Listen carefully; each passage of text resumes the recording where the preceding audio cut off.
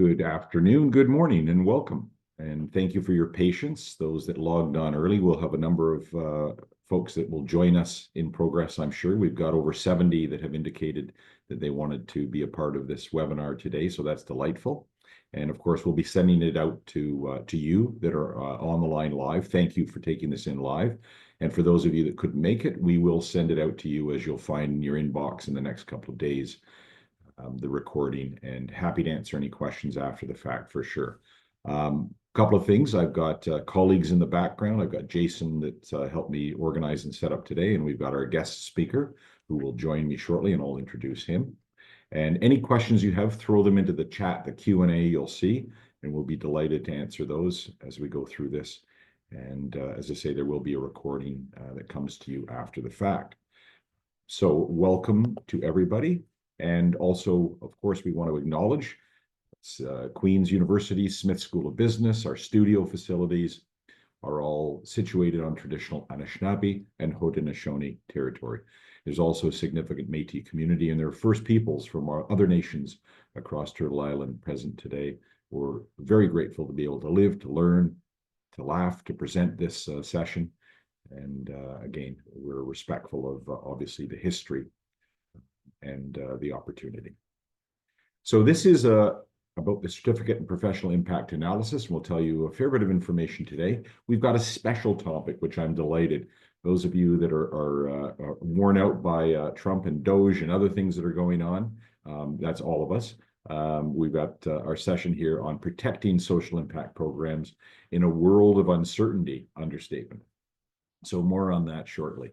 So this program is the only program that measures good. And what do I mean by that? Well, again, our mission is pretty clear. We want to enable leaders to measure good so they can do more good. And I know you know what I mean when we speak to that, but specifically this idea of good or impact projects falls into two major camps. And it's not totally, exhaustive in terms of these types of projects. But there's community and social betterment projects, and you know those, you live with those every day. Those are things you may do in your capacity within municipal, provincial, federal government, or in NGOs, not-for-profits, those projects that you do. And then there's also other things that organizations, for-profit companies take part in, Run for the Cure from CIBC, Tim Hortons Children's Foundation. And then the other side of the ledger, if you will, or other aspect of impact projects, includes things that companies are doing or organizations are doing. And they have a business impact, but they also have a good impact. Think of Ocean Steel, one of our former MBA students here at the Queen's University School of Business, Smith Business School. He's a senior exec at Ocean Steel, and he had a lot of desire from his clients to provide green steel. So they looked at obviously the financial impact of that. Is it going to be a product that sells? Are we going to make profit from it? But they were also very mindful that their customers are asking for it, and they wanted to make sure that it was doing good for the world. So you can do both well and do good, and that's where this other side falls in. And that includes other aspects. We know Warby Parker produces glasses. They sell glasses. They have a program where it's buy a pair, give a pair to underprivileged.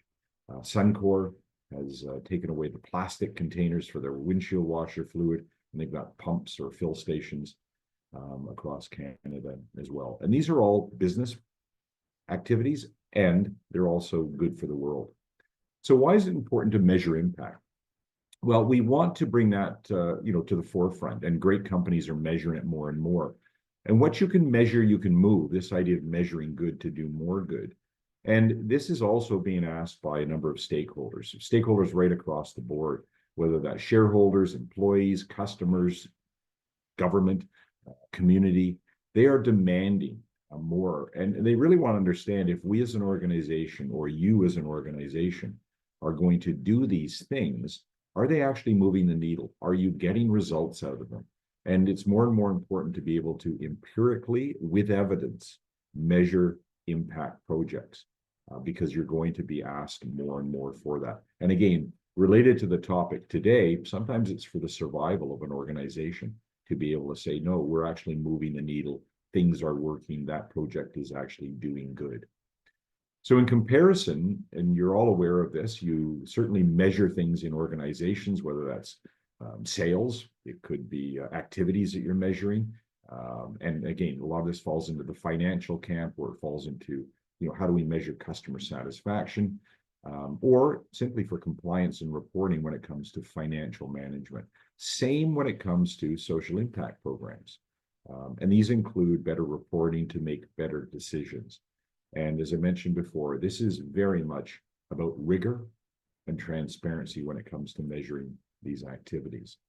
So I'm going to introduce our guest speaker shortly, but I wanted to just give you a sense, and we'll talk about this as well. I'm happy to answer questions through this or after the fact for this webinar. But this program, the CPIA, is 3 modules. It's designed to be very flexible. In fact, we're into the first cohort already. We're actually having our second module capstone tomorrow. So our guest speaker is very busy setting that up and organizing that for tomorrow. And that is something that is obviously brings to life a lot of the lectures. So the 3 modules that we've got as part of this spread over 6 months. Each of the modules has 4 lectures that are recorded. Watch and consume at your own leisure, at your own pace. There's quizzes and assignments that are based on the content. And then at the end of each of those 3 sessions, or each of those 4 lectures rather, within the module is a capstone. And that is gathering together virtually but live to be able to work with coaches and with the faculty to, look at cases and bring the content to life. And that repeats itself for the second and the third module. And, at the end of that is really an opportunity to bring all of that together, and you will complete a certification exam to be able to have the CPIA designate. And that's something that we are delighted to provide to many different types and organizations that are out there. And we've got a great group of people that are in. We've got a July session that we're building towards, and we'd love for you to apply to that. And I can explain how at the end of this, but we can tell you more on that. That's going to run from July to December, that 3 modules. So the faculty that we've got here, we've got Dr. Kashi, who joins me today, and I'm delighted to tell you that he's one of the professors of the 3 professors that we've got, and he is an economics professor with Queen's, and he also runs a company called Limestone Analytics, which is a fascinating organization. I invite you to take a look at their website. They've done a ton of work around the world. We're also joined by, or not joined by, but one of your other faculty members is Dr. Cotton, Dr. Chris Cotton, and he actually teaches the 3rd module. And then we've got Dr. Elspeth Murray. And many of you that are on the call, I know, are from Smith or have been involved in Smith Business School before, and Professor Murray is a strategy professor from the school. So without further ado, I'm going to stop sharing, and I'm going to allow Dr. Kashi, Professor Kashi, to share a short deck and present this fascinating topic that we've got planned today. So I will stop sharing, and I will invite Professor Kashi to join me and share his deck. And welcome, Professor Kashi. It's great to see you, and I appreciate you being a part of this. Thank you, Glenn, and it's a pleasure to be invited to another webinar. I hope you can hear me. Excellent. I'm Bahman Kashi. I'm a professor at Queen's. I teach applied economic analysis, and the topic of accounting for social impact is where I started my professional career and my academic work. Through the years, I have started teaching the material across different departments and applying it professionally across different sectors, which is evidence of how widespread the application of these tools are becoming. As of now, I'm teaching more or less the same topic in engineering faculty and business school, in economics, and in policy school, which is evidence on how important and widespread the application of impact accounting and impact analysis is becoming. But what we are talking about today is really focusing on why, especially given the context we are in, the changes that have started mostly at the beginning of 2025. I don't see this necessarily as a as a new thing, but definitely an accelerated urge to think more about evidence on impact. And the narrative I have here is basically talking about how to weather the conditions, but also taking a step back and thinking about the why. Accounting for social impact, we all talk about doing good, and the question is why bother counting it? Um, Before we talk about why bother counting, it's important to define what we mean by impact accounting or impact analysis. Uh, the way we define it is that impact accounting is the process of collecting evidence on impact and then quantifying and valuing social impact so that it allows us to do there are many use cases of it. Like you do it in order to inform your decisions, or you can do so in order to report to your stakeholders, to donors, to people you need to stay accountable to governments that regulate the industries you're in, et cetera, et cetera. Now, it is complex, it is expensive, and it is time consuming. I don't want to make it sound more complicated or complex or time consuming than financial accounting, because every organization, small or large, does financial accounting and does it in-house, does parts of it outside through accounting firms. Some of it goes to the government for estimation of taxes and everything. And there's a sophisticated system of education, regulation, etc., that sits and that governs the practice, the profession of financial accounting. But since that doesn't exist really in the impact accounting space, it makes it a little bit more complex and expensive because things become extremely tailored um, and expensive. As a result, it gets in the way of doing more good.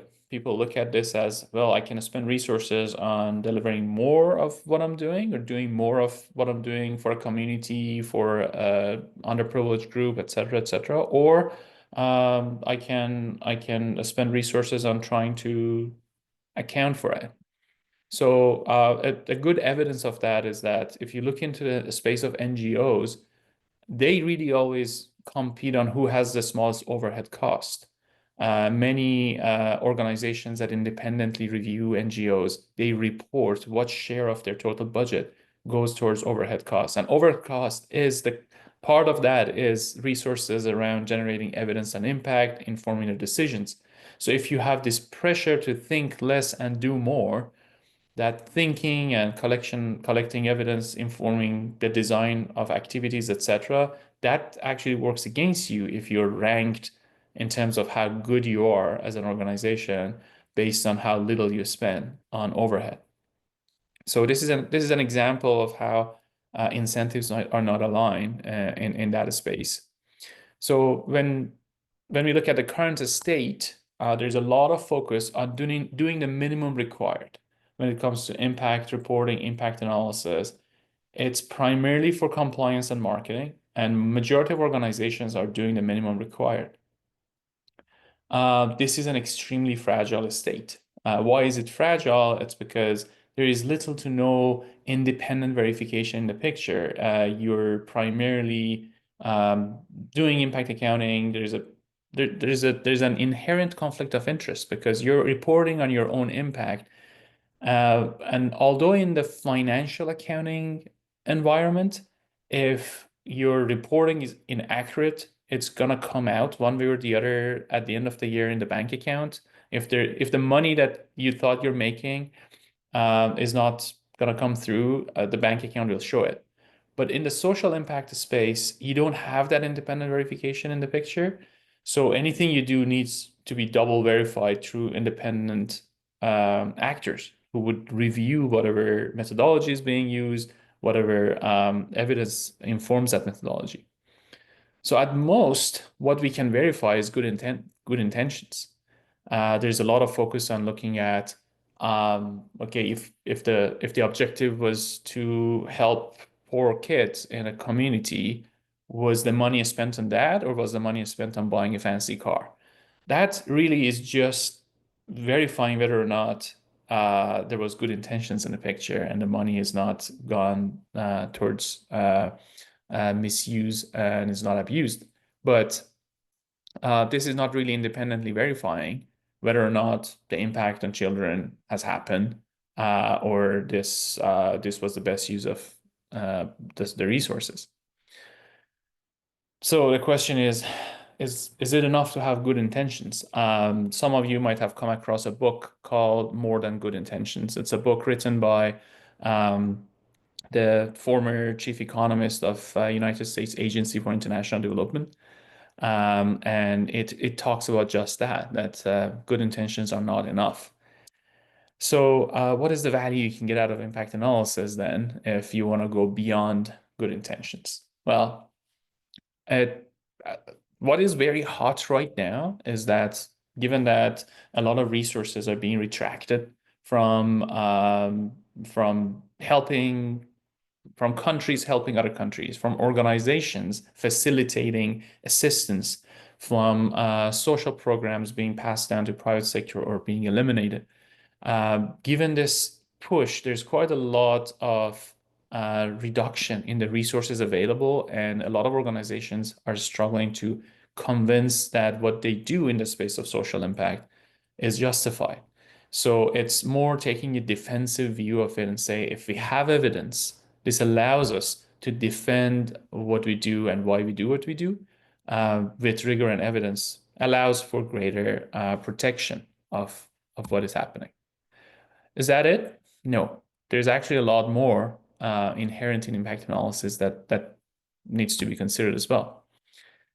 When passion is the main driver of your actions, you might miss areas of improvement, meaning that if, for instance, you provide electricity by installing generators in rural, remote areas, um, have you checked if it is being used? We have seen over and over organizations providing equipment, providing assets, constructing things. But if you go back, is this still in operation? Is this still functioning? If you dig into this, you realize that, oh, maybe there was a very small additional step that one could have taken in order to allow the targeted beneficiaries to actually benefit from it. We have seen over and over where electricity is taken to a place, but you realize that people might not have electric bulbs to turn that electricity into light or appliances that can work with electricity, and therefore that investment is now sunk and is gone and is lost because that simple final step was not in the picture. It can be worse than that, meaning that if you're not accounting for the impact, you might not realize the harm you might be causing elsewhere. A couple of like anecdotes here. One is the Tom's shoes, if you remember the buy one, give one model that Tom's had, where the idea was, hey, if you buy a shoe here, if you buy a pair of shoes here, uh, uh, for the money you pay, a pair will be given in an underprivileged community somewhere in the world. Now, this was large enough for some academics to start looking into it. And then they realized that one, people who received these shoes saw no impact in their lives whatsoever. Didn't have any improvements in terms of health, education, etc. It didn't facilitate any of that. So it was people who received it, their lives was not any different than people who did not receive it. The other thing they realized was that presence of an organization that is handing out free shoes killed a lot of local manufacturers. And a lot of small businesses stopped functioning. And now that community relies on continued supply of free shoes from Tom's. If for any reason that stops, there is no supplier to replace it immediately. It's going to take a while before people will start learning how to make shoes again in that community. It's kind of the example of teaching someone how to fish rather than giving them a fish. Um, it can be even worse. There are other academic studies, especially by WHO, showing that earlier on when Nestle started um, advertising formula, infant formula in developing countries, all of a sudden infant mortality went up. And when they tried to dig into it, they realized that a lack of access to clean water or energy to heat water up properly has resulted in formula replacing breastfeeding, and as a result, a lot of contamination through water has gotten into the food. So that was a massive push at some point was put in place in order to work to reverse that process. And these are unintended consequences that can happen if no one is trying to dig into verifying whether or not uh, the impacts are there that were expected and look at the holistic picture. Because sometimes you might see the immediate impact you intended to have, but you might miss other changes that are caused by an activity that is primarily driven with passion or just good intentions. So what can we do going forward? Well, right now, I can tell you that a lot of organizations are trying to create systems to build evidence and account for their social impact, partially to protect their programs, to replace some of the programs that are no longer provided by the governments around the world. And this happens when resources get tight and authorities start questioning social impact for areas where programs have been running for years. We are seeing many programs that have been running for decades and decades, some maybe 80 years of operations being eliminated over a day, just because they forgot that they need to continue monitoring and reporting the good they bring to the world. Otherwise, if you're just doing it because one, you have good intentions, two, it has been running for a while, you just can't assume it will remain protected. And by the way, none of this is really new. We are just seeing this happening in an accelerated fashion right now, but accountability requirements have been on the rise in recent years. Me personally, I got trained on conducting such analysis on large infrastructure projects early in my career. And the reason why I started thinking beyond that sort of a space of infrastructure projects was because I saw a lot of people from other sectors coming asking for this because their stakeholders were demanding more evidence, more accountability on where they are spending money with good intentions. They wanted to see evidence of whether or not that's in the picture. But the reality is that these days there are quite a lot of, given the political environment we're in, it's very easy. If there is no evidence on impact, a lot of programs, a lot of activities are basically the low-hanging fruit. They become the low-hanging fruit to get cut as budget saving measures by companies, by governments, etc. So I want to highlight that there is a difference between impact frameworks and impact reporting.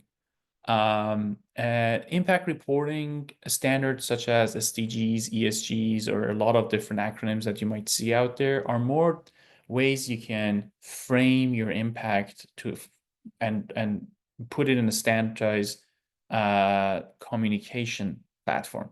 In financial accounting, it would be something like an income statement or a cash, like any form of standardized reporting form. However, even when you go to financial accounting, what sits underneath it, or how things get communicated to different stakeholders, or are used to inform decisions, is a whole different story, and it's very tailored to every organization. It might look very different. If you're talking about an organization in the space of education or oil and gas or transportation or manufacturing, the financial analysis that they do is very tailored, even though they might adopt a standard for reporting framework, such as an income statement. What lies underneath that is quite different. And that's what I call an impact framework. That's how an organization should think about how do we account for impact, which would depend on their stakeholders, the decisions that can be informed with that analysis. That's it for what I wanted to share here, and I'm happy to pass it back to Glenn for Q&A. Great. Thank you very much, Professor Kashi. That was amazing. And again, I'd invite questions as we're going through this. I do know in the program, one of the things we talk a lot is this idea of you know, beyond good intentions, it's being able to communicate and share. And in fact, you know, within that book that Professor Kashi cited, there's a lot of talk about marketing your good work. And why is that important? Well, it's extremely important because you want to be able to tell the story, and a lot of what Dr. Kashi spoke to gives you the credibility, the evidence to produce that story. And that's important for sure. So I'd invite questions, anything that you've got, throw them into the chat, into the Q&A, and we will go to that. Let me just see how we're doing here. And again, throw anything. I'll talk a little bit more about the program for sure as we're going through this. One of the questions around Canada versus the US, Professor Kashi, is we see a lot that's going on in the US, and yes, Trump and D.O.G.E. and all of the things that we hear about. Should we in the Canadian market be concerned about that, and this idea of, you know, putting into question some of the impact projects, given an uncertain world? Are we also in that uncertain world?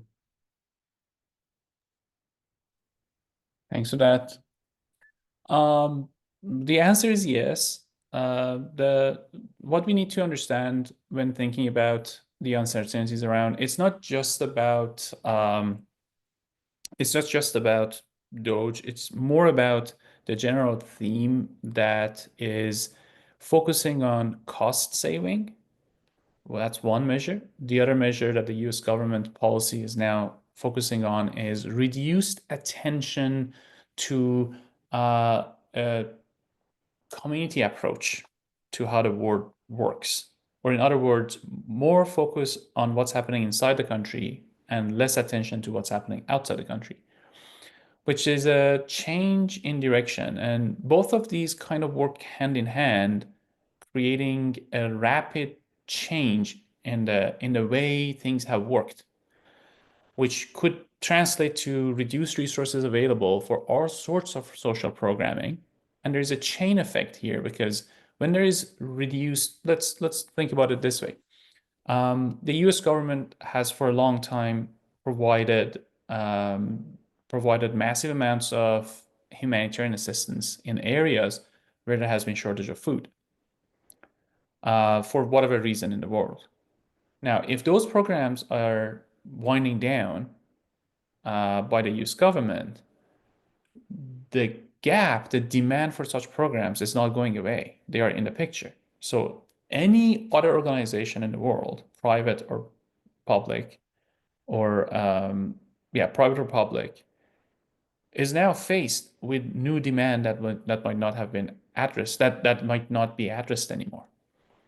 In a situation like that, if an organization is spending resources doing some other things, should question whether or not we need to change what we're doing, because some resources for humanitarian assistance are gone. The demand for it is still there.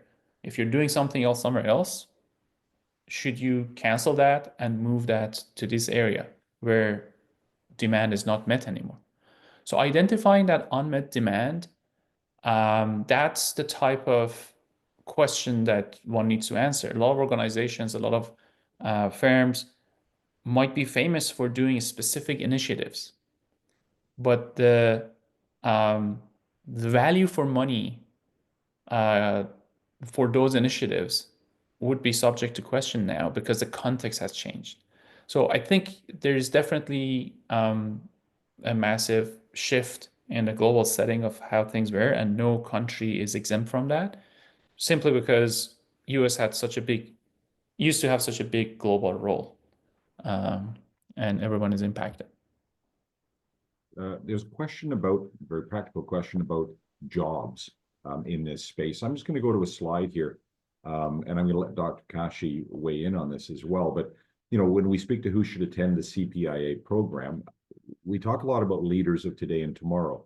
And that was a focus of the content and certainly the thrust of this program, this idea of making a difference. And there's an increasing number of senior roles specific to this idea of chief impact officer. And it's a growing area. And I know in speaking to our HR, our Career Advancement Center at the business school, we're seeing more and more of this. And it's because of that scrutiny around KPIs. How do we measure what we're doing? Otherwise, let's not do it. But if it is making a difference, let's make sure we put the rigor and discipline and leadership into that. Professor Kashi, in your experience, whether it's for-profit, not-for-profit, what do you see as sort of the job opportunities or prospects of the future of this kind of capability to measure impact? Yeah, I think the idea that the title is definitely something that can take many different shapes and forms. But I think what is more important is to appreciate that a lot of organizations have been talking about their social impact. This concept of CSR is not new. The concept of marketing is not new. And we see in the for-profit space and the not-for-profit space, marketing is a big element. I know many large NGOs who have in their funding offices, they have more marketing professionals than any other profession. What is happening in this space right now is that marketing, the marketing and CSR view of it is inherent, comes with an inherent and sort of a given conflict of interest. Because once you start accounting for impact, you might find areas where you need to change things. You might come across bad news about something that you've been doing for a long time, and that might trigger some changes in your organization. If that impact analysis is conducted by marketing professionals, they would naturally and correctly pick the things that only paints a good picture for the organization. So a lot of organizations are moving in the direction of creating internal checks and internal processes that ensures the marketing sort of efforts in this space is verified and double checked by professionals who understand impact analysis. And that's a role that we see more and more organizations either hiring economists or impact analysts or people who can not join the marketing team, but play play a role of an expertise that is independently of the marketing team needs to approve or verify what the marketing is putting out there. These organizations can protect their reputation a lot better because if something goes out and it gets picked by media, then you're in trouble. So that internal verification process is a role that I see more and more. The other role is just coming up with proper definition. Like some organizations hire outside consultants, but depending on the size of the organization, many organizations need to continuously monitor how they measure and report their impact. And it's not necessarily a job of data analysts. It's like that expertise is not enough. You need to be able to understand how impact should be defined and should be measured and should be maintained. That entire infrastructure should be maintained so that you can stay relevant as our definition of impact and the requirements around it continue to evolve.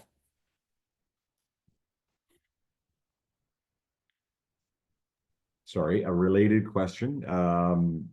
How does one quantify the social impacts our efforts have? Specifically, we can measure the cost for the organization and the overheads, but finding a metric for the outcome of our efforts seems tricky, to say the least. You spoke to it a little bit, but can you just add a little more detail to that? Yeah, so philosophers and economists and probably physicists, a lot of big names throughout the history have tried to figure out what makes us happier, what makes us better off as individuals, as societies, as countries, as clans, as whatever subgroup they were focusing on at the time. It's not a new topic, and there are quite a lot of tools out there to quantify them. Like in the CPI program, we have a lot of specific um, topics on this. How would you quantify and value the benefits around having more education? the benefits of being healthier, the benefits of having a more equitable society, the benefits of access to finance, the benefits of protecting children, um, benefits of having better access to transportation, which are not things that we necessarily quantify or pay for in the market. These are things that normally are provided by the government or NGOs or social security systems, et cetera, et cetera. So um, the course really focuses on the techniques and the science behind quantifying and measuring these things that are not readily in monetary form. If you have a specific question, I can definitely expand more on that, but that's definitely a big part of the course is focusing on how would you go about quantifying and monetizing some impacts that are not readily in such form. Mhm. I know it certainly in my role as a marketer at Tim Hortons in my past, one of the questions that we got, and it was actually from internal stakeholders, was this idea of is the Children's Foundation, the Tim Hortons Children's Foundation, making a difference?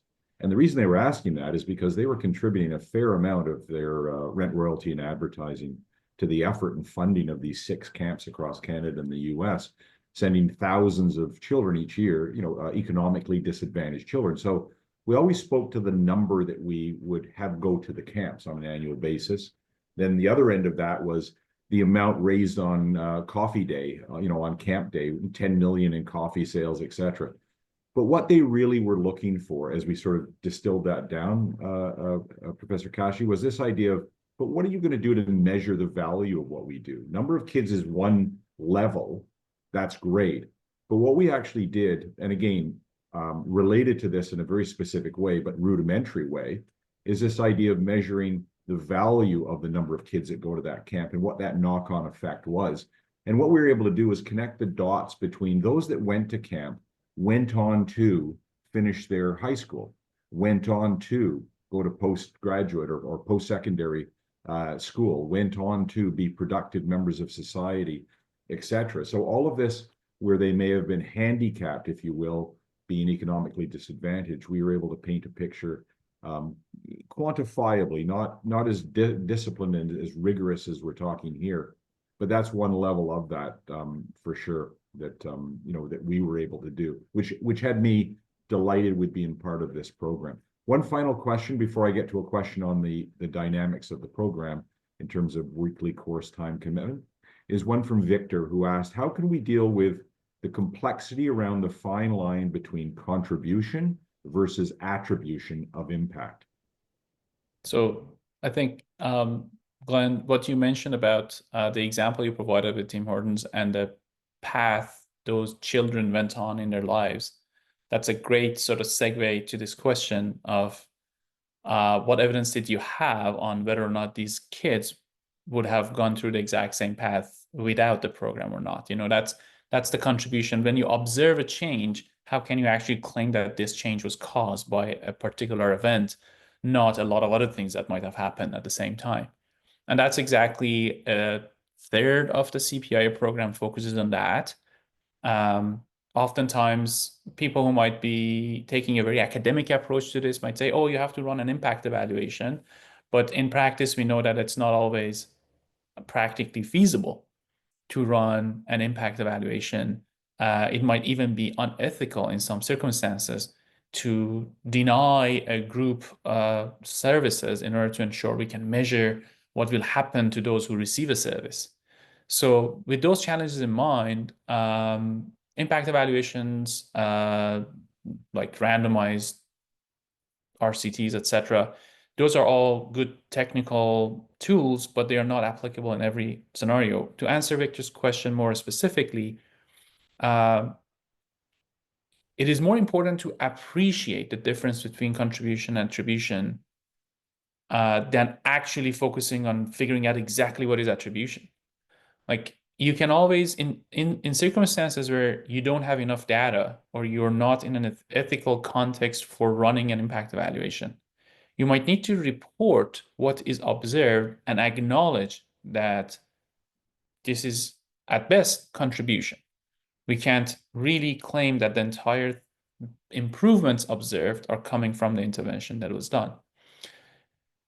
But Knowing that is going to give you an evidence gap that the organization can consider as more data comes or additional studies can be conducted in order to highlight whether or not there could be other things that might be influencing it. So just acknowledging the difference and considering the evidence generation process in an organization is a big part of the story. And more organizations do that these days, maintaining what level of confidence that they have on benefits that they claim and how they allocate limited resources for learning to addressing the top evidence gaps by procuring additional studies to figure out to move more and more from contribution towards attribution. Great, thank you. I'm going to put my slide up here as we answer one final question we have time for, and then I'll also get to the original question around course time commitment.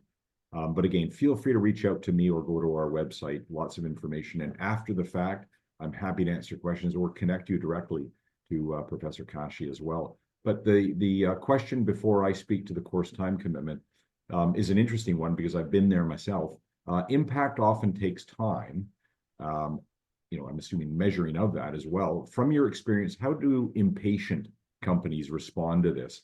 And you know what we mean by impatient companies and the shareholders or stakeholders that are part of that. But yeah, we'd love you to expand on that if you could, Dr. Kashi. That is correct. There is, in many areas, like sometimes we look at, for instance, health, and some interventions might improve, let's say, outcomes of health outcomes that are observable within 6 months or within 2 weeks. Those are great because you can immediately have tangible results to talk about. But then sometimes you have things like should we eat more ketchup or less ketchup? Like a new, I don't know, salad dressing comes out and like you question like, is it good for you or bad for you? How long will it take until we can see the effects of it? So that is that is correct. Sometimes you have to deal with this. Actually, a best example is probably the pandemic. Like a lot of the vaccines that were available for COVID-19, they were available within 2 weeks of the problem showing up. The problem was the testing period had to be at least a couple of years. And that's why like some of these vaccines took a long time, even on an accelerated process, because you have to figure out whether or not they have the impact and they don't have any unintended consequences that can bite you down the road. So one of the techniques often used, sometimes you don't have any option but to wait. If the collateral is significant enough, you have to hold back. You have to run pilots. You have to do tests. And in the medical space, we know like they start with mice and then they go to pigs, and they stage things when the stakes are high, when the collateral is significant. But in some other areas, you might be able to find intermediary proxies. For instance, if you're talking about should I get more education, should I get another degree or not? Well, I can get the degree and wait for my entire lifetime to see if I'm going to earn more than someone who doesn't have that degree. Or I might be able to access data that connects expected lifetime earnings for people with this degree and people without this degree. So sometimes these intermediary indicators, such as the degree you have or the score in a standardized test, can come in the way, and then you can say, look, this intervention improves the score in this standard test, and our data suggests that people who score higher in this test earn more income later in life. If such data in a lot of fields, such data exists, such evidence might exist, and all you need to do is to connect the dots. In some areas, you don't have that option, and you need to run pilots, hold back, and go step by step. Basically, it's a risk management strategy at that point.